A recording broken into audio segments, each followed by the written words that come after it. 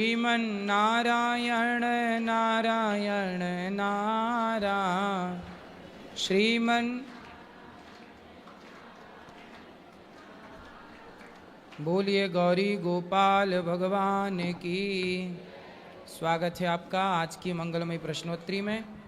जो YouTube पर जुड़ रहे हैं आप सभी चैनल को सब्सक्राइब करके शेयर कर लें। सवाल किसका है, हाथ उठाएं। चलो, जिनका प्रश्न है आप खड़े हो जाइए जी। प्रभु जी राधे राधे। हाँ जी, आपके चरणों में दास का कोटि कोटि वंदन प्रणाम। खुश रहिए। प्रभु जी मेरी दो जिज्ञासाएं जिसे आप शांत करने की कृपा करें जी। पहला मेरा सवाल है कि जब भगवान ही सब कुछ करने कराने वाले हैं तो फिर इंसान दोषी क्यों है? तो आप क्या चाहते हैं कि भगवान ही दोषी रहें? नहीं, जैसे कि कहा जाता है कि मतलब चोर चोरी करे और दोष भगवान को दे? नहीं, जैसे क्या चाहते हैं आप? मैं ये चाहता हूँ उनकी मर्जी के बिना पत्ता नहीं हिलता। ठीक तो है। हम कोई भी कर्म करते हैं तो जब बुरा करते हैं तो हमारे मत्थे मर दिया जाता है कि हमने अपनी बुद्धि से करा, और जब अच्छा करते हैं तो ये कहते हैं कि भगवान की कृपा से। ना ना, अच्छा भी आपका है। नहीं, तो ये क्या? अच्छा भी आपका है और बुरा भी आपका है। अब ईश्वर क्या करते हैं ये बताओ कि जो जज होता है जी, यदि वह किसी को फांसी की सजा देता है तो क्या जज की उस व्यक्ति से पर्सनल दुश्मनी है? तो जज ने उसे फांसी काहे दे दी? उसके कर्मों के आधार पर। हाँ, जैसे उसके कर्मों के आधार पर जज ने फांसी दी, उसी प्रकार ईश्वर तो केवल जज बन के आपके कर्मों का हिसाब किताब करते हैं। प्रभु जी आपकी बात बिल्कुल ठीक है। ईश्वर का वही काम है जो एक जज का काम है।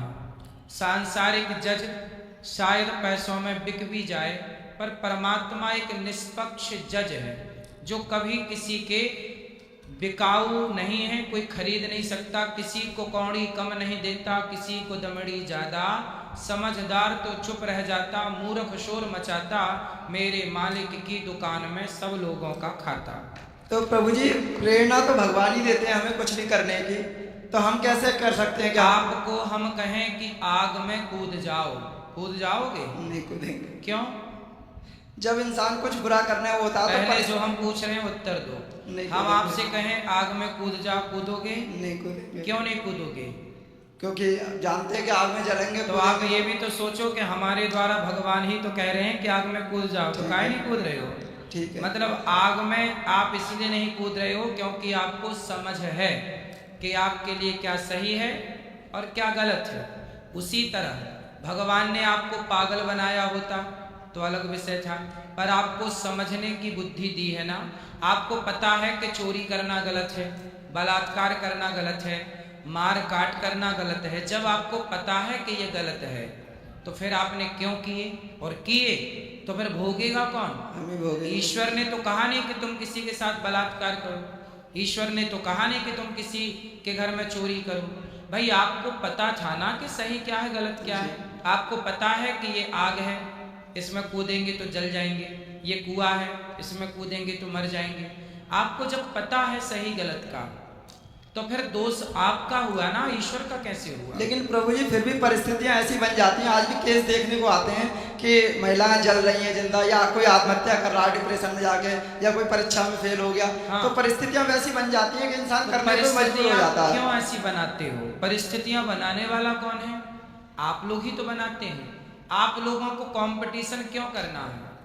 जो इसलिए तो ईश्वर ने कहा है, ईश्वर का विधान कि गौधन गजधन बाजधन और रतन धन खान, जब आवे संतोष धन सब धन धूरी समान।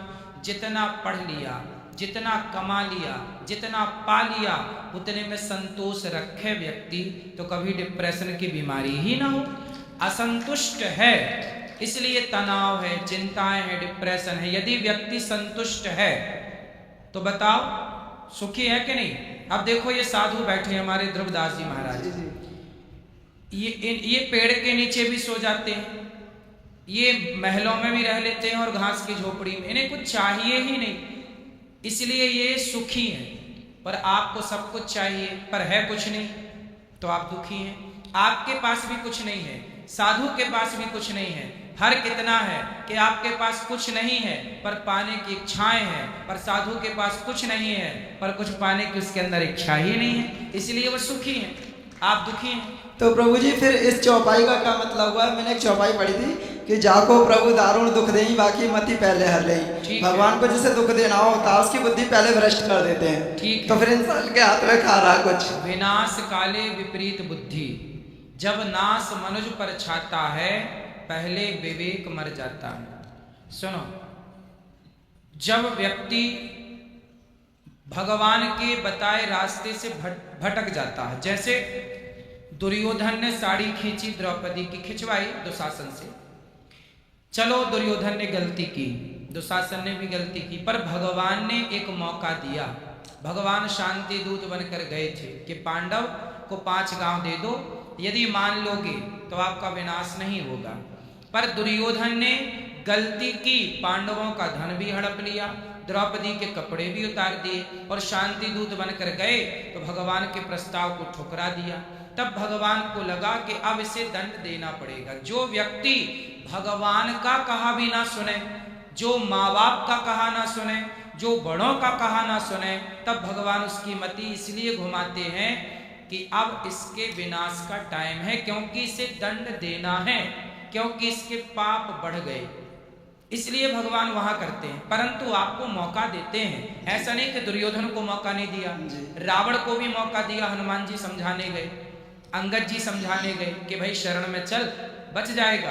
पर जब सारे मौकों को आप ठुकराओगे तब तो फिर समय विपरीत आके खड़ा होगा, इसलिए नाश हुआ। पर नाश करने के पहले परमात्मा कई मौके देते हैं, इसलिए उसको आप समझना है। आपको डायरेक्ट नाश नहीं होता कभी किसी का। ठीक है प्रभु, मेरा दूसरा प्रश्न ये है, आपने जो पूछा कि ईश्वर की मर्जी के बिना पत्ता नहीं हिलता, देखो कुछ जगह बात सही है, ईश्वर की मर्जी के बिना पत्ता नहीं हिलता, ये बात सबके लिए नहीं है। अब सुनो, भगवान कण कण में रहते हैं, तो कण कण में भगवान रहते हैं, रहते तो हैं, पर सबको दिखते थोड़ी हैं कण कण में, देखने वाला कोई करोड़ों में एक होगा। उसी तरह ईश्वर की मर्जी के बिना पत्ता नहीं हिलता, ये बात उनके लिए है जो ईश्वर पर भरोसा करते हैं। अब मैं ईश्वर पर भरोसा करता हूँ, जब मैं ये मानूंगा कि परमात्मा की इच्छा के बिना पत्ता नहीं हिलता, तो जब मैं ये जानता हूं कि सब ईश्वर की मर्जी से है, तो मैं गलत करता ही नहीं। अब आप गलत करें और फिर कहें कि ईश्वर की मर्जी के बिना नहीं होता, तो सुनो, सारे ज्ञान सबके लिए नहीं है ना, इसलिए कहते ना सत्संग सुनने का, कथा सुनने का अधिकारी कौन? सब अधिकारी नहीं होते, समझो। अब बताओ, परमाणु बम पाकिस्तान के पास चला गया, क्या वो अधिकारी था? यदि शक्ति गलत व्यक्ति के हाथ में चली जाए तो वो उसका क्या करता है? दुरुपयोग करता है। इसीलिए कहते हैं कि कुछ ज्ञान ऐसे हैं जिस ज्ञान को पाने के अधिकारी सब लोग नहीं है। तो जो ये वाला ज्ञान है कि ईश्वर की मर्जी के बिना पत्ता नहीं हिलता, इस ज्ञान के भी अधिकारी सब थे नहीं, पर यह ज्ञान सब तक पहुंच गया। तो इस ज्ञान के बल पर लोग मिसयूज कर रहे हैं पाप स्वयं, और दोषी बना रहे हैं ईश्वर को।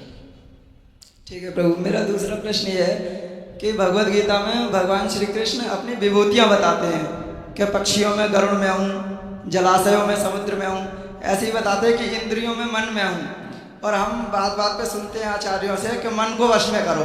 तो जब भगवान श्री कृष्ण इंद्रियों में मन खुद अपने आप को बता रहे हैं, तो हम मन को कैसे वश में कर सकते हैं फिर? और किसी ने करा हो तो उदाहरण दे के बताइए। जिस गीता की आप बात कर रहे हैं, उसी गीता में भगवान से अर्जुन ने पूछा कि चंचलम ही मनः कृष्णा। अर्जुन ने कहा कि प्रभु मेरा मन बड़ा चंचल है, मैं क्या करूं? ये अर्जुन ने सवाल किया गीता में कृष्ण भगवान से।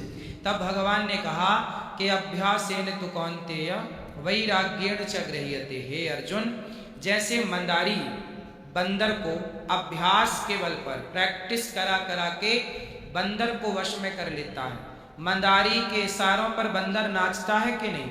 यदि बंदर को वश में किया जा सकता है तो अभ्यास के कारण मन को भी वश में किया जा सकता है। अब रही बात कि मन को वश में क्यों करना है, भाई मन को वश में नहीं करोगे तो पराई स्त्री में मन चला जाएगा, दूसरे के धन में मन चला जाएगा। इसलिए मन को कंट्रोल करना ही पड़ता है, क्योंकि पूरा खेल मन का है। मन के हारे हार है, मन के जीते जीत, मन ही मिलावत राम से, मन ही करत फजीत। तो मन का खेल है पूरा, इसलिए कंट्रोल। किसी ने करा है, एक आध नाम बता सकते हैं आप, किसी ने मन को वश में किया हो? सुखदेव जी ने मन को वश में किया, बड़े बड़े साधु संतों ने। अब देखो ये संत जन बैठे तो हैं, मन कंट्रोल में है। बहुत सारे साधु हैं जिनका मन नहीं भटक रहा है। अब बताओ, मन को वश में करना कठिन तो है, पर कर सकते हैं, कोई बहुत बड़ी बात नहीं है। आप अपनी पत्नी के संग रह करके अपनी पत्नी में खुश हैं, पराई स्त्री में आपका मन नहीं जाता। आप गांव घर में देखिए, बहुत सारे लोग हैं जो अपनी पत्नी अपने पति में ही खुश हैं, किसी और नारी को बिल्कुल नहीं देखते गलत नजर से। वो भी तो मन को वश में किए बैठे हैं। हम जितना कमाते हैं अपनी कमाई में खुश है, आपके करोड़ रुपया पे हम बिल्कुल नजर नहीं रखते, तो हमारा मन भी तो वश में है। भाई मन आजकल चौराहे में बैठ के बहन बेटियों को ताकना, छेड़ना, गलत गलत बोलना, ये लोग चंचल वाले हैं, इनका मन भटक रहा है। पर बहुत लोग हैं, साधु भी क्यों, गृहस्थ लोग भी बहुत सारे हैं जिनका मन कंट्रोल है। और कंट्रोल का मतलब ये है कि औरों की अपेक्षा उनका अधिक कंट्रोल है। यदि और अभ्यास करें तो पूरा कंट्रोलिंग हो जाएगा। Nothing is impossible, everything is possible. असंभव कुछ भी नहीं, करने से सब होता है। रसरी यावत जात है, सिल पर पड़त निशान, करत करत अभ्यास के जड़मति होत सुजान। करने से मन भी वश में हो सकता है। बहुतों का है, बहुतों का है। ठीक है प्रभु, राधे राधे। राधे राधे। राधे राधे गुरु जी। जी जय सिया राम। जय सिया राम। मैं भोपाल मध्य प्रदेश से आया हूँ। रोमी सिया राम मेरा नाम है। मैं आपका प्रशंसक भी हूँ और आपका हितैषी भी हूँ। और गुरुजी, मेरा एक प्रश्न है जो बहुत ही निष्पक्ष है। साईं बाबा के जो भक्त हैं और उनके जो भाव हैं, और आपके जो भक्त हैं और उनके जो भाव हैं, दोनों के भाव में अंतर क्या है गुरु? साईं बाबा के भक्त, साईं बाबा के भक्त साईं बाबा को क्या मानते हैं, बताओ आप। वो उनके लिए पूजनीय है गुरुजी, जैसे कि आप मेरे लिए पूजनीय है। नहीं, पूजनीय अलग अलग तरीके से होता है। जैसे गुरु भी पूजनीय होते हैं, देवता भी पूजनीय होते हैं, माँ बाप भी पूजनीय होते हैं, संत भी पूजनीय होते हैं, बड़े बुजुर्ग भी पूजनीय होते हैं, और भगवान भी पूजनीय होते हैं। तो आप पहले हमें ये कन्फर्म कराओ कि साईं बाबा को आप किस कैटेगरी में रखते हैं? देवताओं की कैटेगरी, कि भगवान की, कि संत की, कि गुरु की? पहले तो ये निश्चित करो कि वो किस स्थान पर है। वो संत के स्थान पर है गुरुजी, मेरे नजर से तो वो संत ही हैं। यदि साईं बाबा को संत मान करके पूजा की जाए, संत मान के सम्मान किया जाए तो अच्छा है, बुराई नहीं है। पर यदि साईं बाबा को भगवान मान करके पूजा की जा रही है तब फिर वो गलत है, क्योंकि भगवान सब नहीं हो सकते। कोई व्यक्ति यदि भगवान हो सकता तो फिर भगवान, फिर कोई व्यक्ति सब, फिर भगवान के मंदिर क्यों है? फिर व्यक्तियों के मंदिर हों, इन बाबा के, उन बाबा के, सब बाबाओं के फिर मंदिर हों, फिर भगवान के मंदिरों की क्या जरूरत थी? मतलब सब भगवान नहीं हो सकते ना। जिनके चरण लक्ष्मी जी दबाती हैं, हम लोग भगवान उन्हें मानते हैं। अब क्या साईं बाबा के पांव लक्ष्मी जी दबाएंगी? फिर तो भगवान की, जैसे आप बताओ, क्या कोई भी मर्द, कोई भी पुरुष आपका पति हो सकता है मैया? कितने पति हो सकते हैं कम से कम, या ज्यादा से ज्यादा? बोलो। एक पति एक है, दूसरे का कोई विकल्प, दूसरा कोई विकल्प? जैसे पति एक है, दो नहीं हो सकते पतिव्रता नारी के लिए, ऐसे भक्त के लिए भगवान एक है, दूसरा कोई भगवान नहीं हो सकता। एक भगवान, एको ब्रह्म द्वितीयो नास्ति, वह एक कौन? भगवान श्रीमन नारायण। भगवान नारायण ही एक परमात्मा है, जिनको राम कहते हैं, जिनको कृष्ण कहते हैं। गुरुजी, जैसे वृंदावन आते हैं तो बाहर आपकी तस्वीर, फोटो लेकर जाते हैं घर, तो स्वाभाविक है कि पूजा करते होंगे, तो वो कौन से भाव है? वो गुरु के भाव से। साईं बाबा भी गुरु है ना गुरु? हाँ, गुरु के भाव से यदि आप पूजें संत के भाव से पूजें तो गलत नहीं है, पर भगवान सबको बना देना गलत है। भगवान केवल भगवान के जैसे केवल भगवान है, कोई दूसरा व्यक्ति कभी भगवान नहीं हो सकता। गुरु भगवान तक पहुंचाने का एक साधन है। अब मेरे भाव आपके प्रति है, मैं आपको भगवान के ही रूप से देखता हूं, तो गलत है क्या? नहीं, आप मुझे अपने गुरु के रूप में देख सकते हैं। तो गुरु तो भगवान से भी बड़े हैं ना गुरु जी? ना, गुरु कभी भगवान से बड़े नहीं होते। भगवान का रास्ता उन्हीं ने बताया। हाँ, रास्ता बताया है। गुरु की भगवान की पहचान गुरु ने कराई। अब छोटा सा उदाहरण से समझते हैं। गुरु गोविंद दो खड़े, काके लागू पाए, बलिहारी गुरु आपने गोविंद दियो बताए। अच्छा ये बताओ, यदि गुरु के बगल में आकर के गोविंद खड़े हो जाएं, भगवान खड़े हो जाएं, तो आप लोग पहला प्रणाम किसे करोगे? गुरु जी को करेंगे। आप सब बताओ, यदि भगवान आए और गुरु खड़े हों और भगवान, तो पहला प्रणाम आप किसे करोगे? जोर से, गुरु जी को। जोर से। पहला प्रणाम करेंगे गुरु को। क्यों? क्योंकि गुरु के कारण ही हमें गोविंद का ज्ञान हुआ है। हमें गुरु ना मिलते तो गोविंद हमारे बगल में आके खड़े हो जाते, तो हम कैसे पहचानते कि ये गोविंद है? वो तो गुरु ने बताया ना कि भगवान ने एक उंगली से पहाड़ उठाया, भगवान ने लीला की, उनके बाल ऐसे, उनकी आंखें ऐसी, उनका स्वरूप ऐसा। तो गुरु के द्वारा भगवान का बोध हुआ। पहला प्रणाम किसका? गुरु का। परंतु पहला प्रणाम गुरु का है, पर इसका मतलब ये नहीं कि गुरु भगवान से बड़ा हो गया ना, गुरु भगवान से बड़ा नहीं है। गुरु को पहला प्रणाम इसलिए कि गोविंद का ज्ञान गुरु से हुआ, तो पहला प्रणाम गुरु को और आखिरी प्रणाम समर्पण भगवान के चरणों में होना चाहिए। भगवान बड़े हैं, गुरु का सम्मान करना है। गुरु भगवान के समकक्ष हैं। समझो, गुरु भगवान के क्या है? समकक्ष हैं, पर गुरु भगवान नहीं। गुरुर ब्रह्मा गुरुर विष्णु। गुरु ब्रह्मा है। कौन से ब्रह्मा? जैसे ब्रह्मा सृष्टि करते हैं, ऐसे गुरु आपके भीतर नए नए अच्छे अच्छे थॉट, विचार भरते हैं, विचारों की सृष्टि करते हैं। इसलिए ब्रह्मा। गुरुर विष्णु, जैसे विष्णु भगवान पालन करते हैं, ऐसे गुरु आपके अच्छे विचारों का पालन कथा सुना सुना के करते हैं कि वो अच्छे विचार बने रहें। और गुरुर्देवो महेश्वरा, जैसे भगवान शंकर संहार करते हैं, उसी तरह आपके हर गलत विचारों का संहार गुरु जी कर देते हैं। गलत थॉट समाप्त, गलत विचार खत्म, अच्छे विचारों को भर दिया। तो गुरु इस हिसाब से ब्रह्मा विष्णु महेश है। इसका मतलब ये नहीं कि गुरु ही ब्रह्मा है, गुरु ही विष्णु ना। ब्रह्मा विष्णु महेश कहने का तात्पर्य है कि ब्रह्मा विष्णु महेश, जो ब्रह्मा सृष्टि करते हैं, विष्णु पालन, शिव संहार करते हैं, उसी तरह गुरु आपके भीतर अच्छे विचारों को भरना, उनको पालना और गलत विचारों का संहार, इस भाव से ब्रह्मा विष्णु महेश कहा गया है। परंतु गुरु भगवान के समकक्ष है, पर गुरु भगवान नहीं है। यदि गुरु ही भगवान होता तो गुरु के मंदिर होते, फिर भगवान के मंदिर क्यों है? सवाल खड़ा हो गया ना। यदि गुरु ही भगवान होता तो फिर गुरुओं के मंदिर होते, भगवान के मंदिर क्यों है?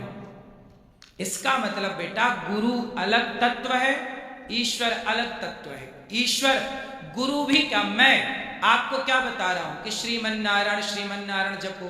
हनुमान जी क्या है? जय जय जय हनुमान गोसाई, कृपा करो गुरुदेव की नाई। हनुमान जी तो गुरु है, पर